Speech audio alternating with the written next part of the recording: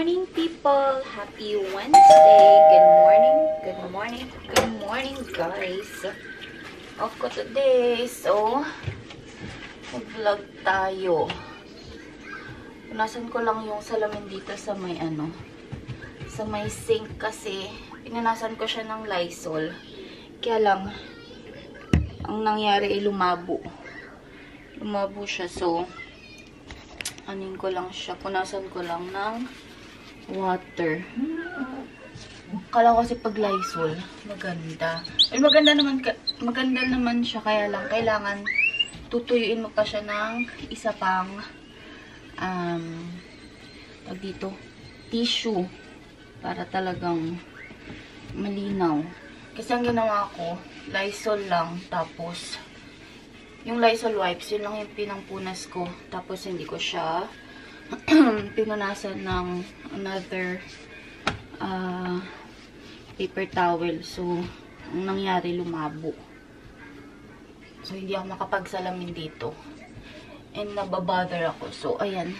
Pinunasan ko na ngayon. So, ayan. So, sa mga hindi, ano to? Sa mga hindi nakapanood, nabili ko tong salamin na to sa garage sale nung summer. Kasi naghanap talaga ako ng salamin para dito. Para at least kapag naghugas ako ng plato, tapos yung mga bata nandun sa sala, nakikita ko sila. Hindi na ako yung lilingon-lingon pa ng ganun. Para i-check sila. At least, kita ko na dito. Tsaka, pag may pumasok dyan sa may pintuan, kita ko na may tao. Kasi minsan, nagugulatan kami ni Ivar eh.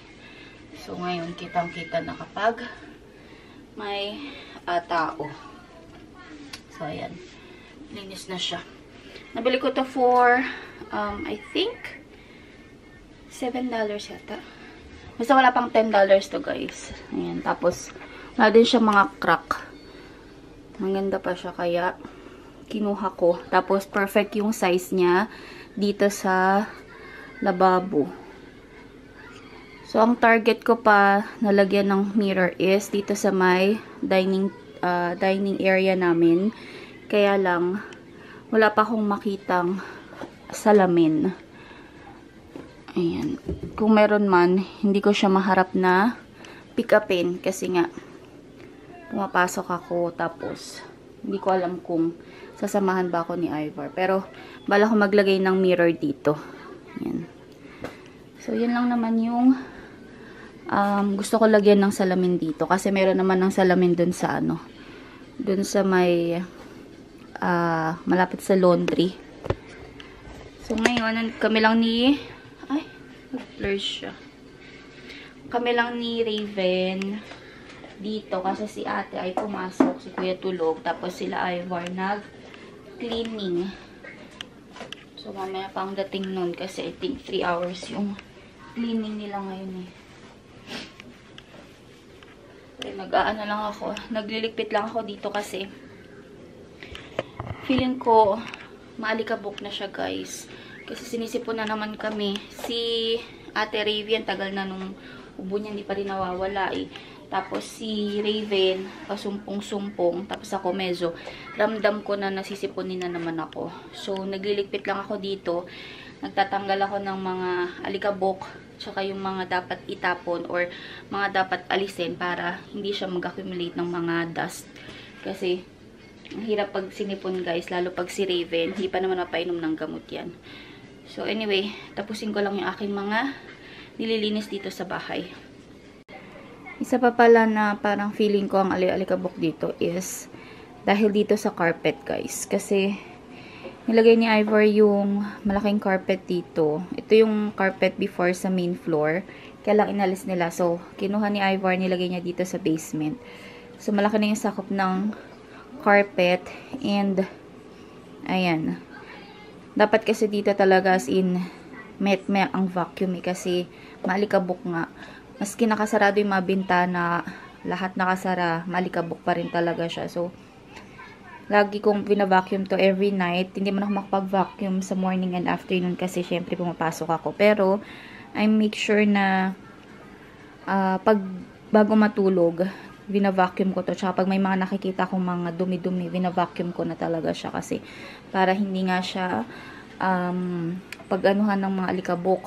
Kasi sobrang alikabok kahit walang naka-open na bintana o mga pintuan, as in close naman siya, alikabok pa rin talaga. Yung yung mga drawers, pinunasan ko na yan nung I think Sunday lang. Ngayon parang maalikabok na naman siya. So punasan ko ulit ng Lysol wipes. Ayan. Si Raven nandito, naghintay siya ng milk. Tamang-tama pa, bededein ko na para makapagligpit ako. Makapag-vacuum. Tapos, yung mga kalat malinis ko na. Para hindi siya naglalaro-laro dito sa carpet. Nakahiga lang siya dun sa sa couch. Sabihan ko na muna siya ng tete. Kinuha ko na rin pala guys yung yung lampshade ko ulit. Before kasi nasa main floor yan. Tapos, binaba ko ulit dito kasi si Raven, ayaw niya ng may ilaw. So, pag binubuksan ko yung mga ilaw dito sa sala, pinapatay niya. Pag ito ang binubuksan ko, hindi niya napapatay. So, nilagay ko dito para pag naglalaro siya dito, at least maliwanag. Tsaka, pag sobrang dilim, guys, parang alam mo yun, para akong naduduling. Hindi ko rin yung sobrang dilim. Kaya, kinuha ko na yung lampshade ko para pag ayaw ni Raven ng ilaw, ito yung binubuksan ko. So, ayan, padidiin ko lang si Raven tapos mag-clean up ako dito sa sala namin.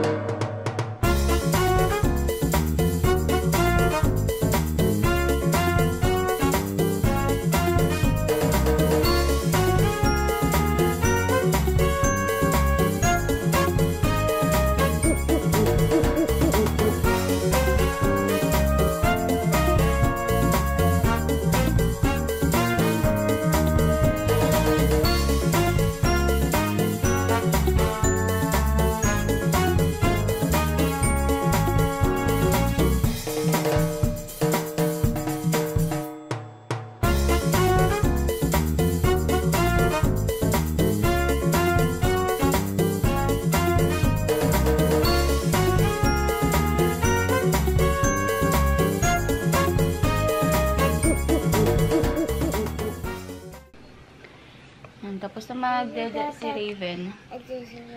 Natapos ko na rin linisin yung sala dito. Nakapagpunas din ako ng mga tong mga furnitures. Pati yung dun sa kwarto, pinunasan ko na rin. So, ayan. Nag-vacuum din ako. So, ito, ilalagay ko to dun sa furnace para hindi siya nakakalat dito. Ito yung nabili ko kahapon sa Sport Check. Naka-sale kasi siya, so kinuha ko na. Shoes ni Raven, ni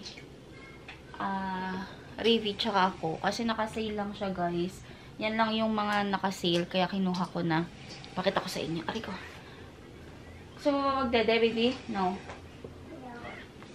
Nagpatimpla, tapos hindi na pala dededein. Ay, nako. So, ayan. Pakita ko sa inyo yung nabili ko sa Sport Check. Ito, puro New Balance yung tatak nito, guys. Kita nyo yung price, oh. $8.88. Ayan, naka-clearance siya. Size 2 kasi size 2 yung paa ni ate. Kaya lang sabi niya parang medyo saktong-sakto lang talaga siya. So, hindi niya na masusuot sa sa next year's for summer. Hindi ko alam kung dito, kung papasutin ko na sa kanya ngayon or ikikip ko for Raven. Kasi, sayang. Hindi na magagamit ni ate next year. Kaya lang naman, sobrang laki pa kay Baby Raven. So, we'll see. Pwede ko naman ipang regalo. Meron naman siyang box. Kaya lang yung box niya, guys, walang takip. Hindi ko alam ba't walang takip. Ayan. Open lang siya. So, ayan. Tsaka, ayun yung isa. Nabili ko. Napakita muna natin, baby. Show it to me. Come here. Ito yung binili ko kay Raven. Ang cute ng color, oh. New Balance din. Same price, $8.88. This one is size, ano ba to? Size 12. So, pag nag-school na si Raven, magagamit niya to. Pwedeng outdoor, pwedeng indoor shoes niya. Ayan, oh. Ang cute ng color, oh. Diba? Not bad, kasi magagamit niya talaga sa sa mga susunod na taon. At least hindi nakakabigla kapag alam mo yung bibili ka ng school supplies tapos bili ka ng mga gamit sa school, like yung mga indoor shoes, outdoor shoes, winter jacket, winter boots, mga ganon. Ang gastos ng mga ng mga sapatos tsaka mga jacket dito, kaya maganda na pag naka-sale, lakihan mo na yung bibilin mo. Tapos, gagamitin na lang sa mga susunod na taon. Like this one. Cute niya talaga. Tutuwa ako dito. What? Tapos, merong shoes dito na same style. Ay, eto. New Balance din siya. Isa sa akin, tsaka isa kay ate. Eto, 5.5. 5.5. Pero size 7 ako, guys, sa sa women's. Pero sinukat ko tong 5.5. Kasya sa akin. Kaya kinuha ko na. This one naman is $18.88. Clearance din siya. So, mga naka-final sale. Ayan. Kasya siya sa akin. Ang ginagamit ko lang kasi na na rubber shoes is dalawa. Isang pang trabaho, tsaka isang yung pang-alis ko. Since yung pang-trabaho ko is masisira na, so yung ginagamit ko na panglabas, yun yung gagamitin kong pang-work. Tapos, eto naman yung gagawin ko ng pang-alis. So, ayan. Diba?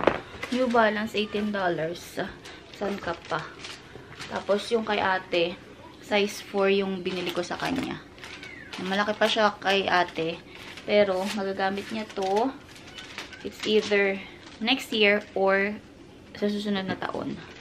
So, after 2025. So, ayan. Ayan yung mga nabili ko na shoes sa Sport Check. Sukat natin yung akin. For ate. Nagsama-sama na kasi ni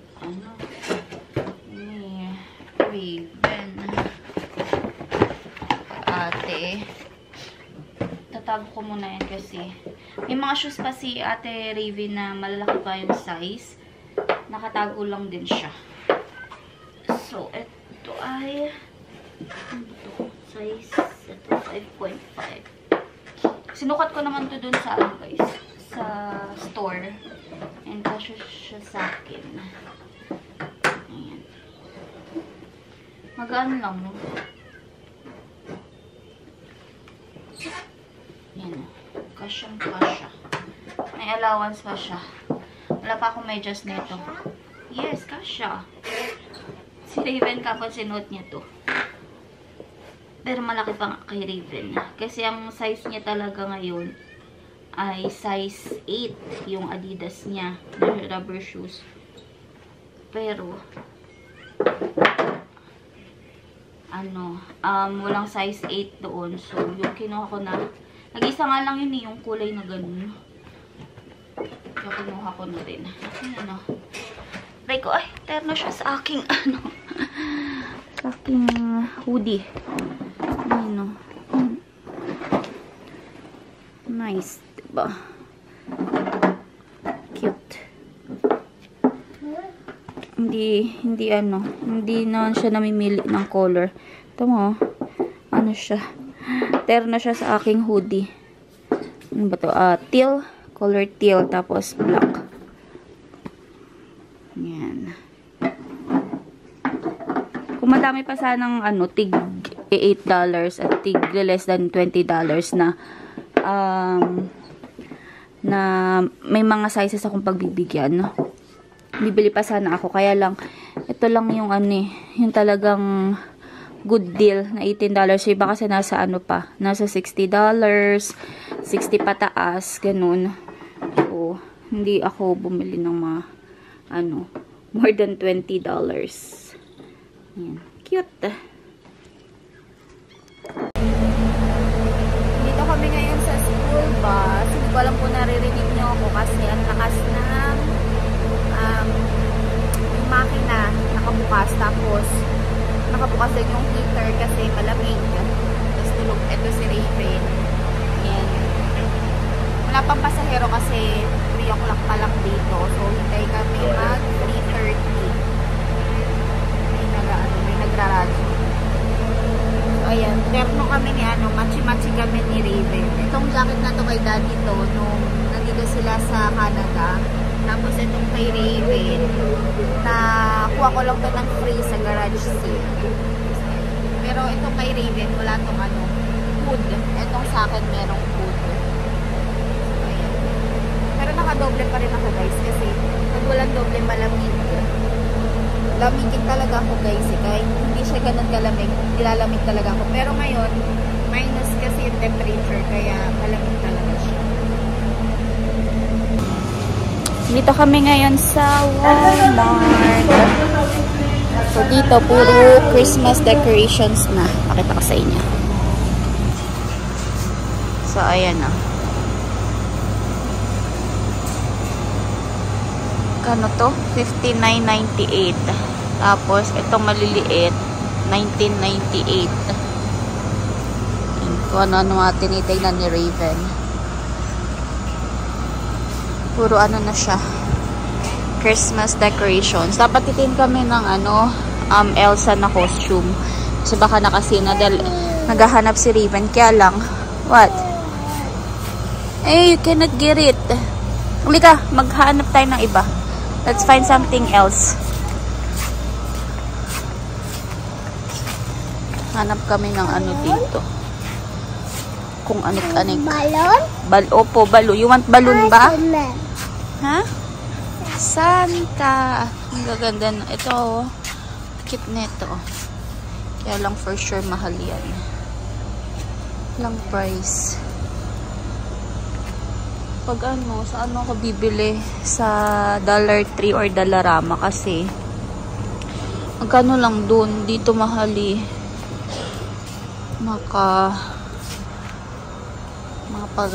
Mapagastos tayo dito ng pagkamahal-mahal. Pag may chance, punta kami ng $3 or Dollarama. Ay, kung ano-ano pinagkukuha nito, oh. Ayun, hanggang dito. Puro mga Christmas decors. Naghahanap kami ng balloon sana. Kaya lang, napunta kami sa Christmas decorations. So, punta muna kami doon sa kabilang side.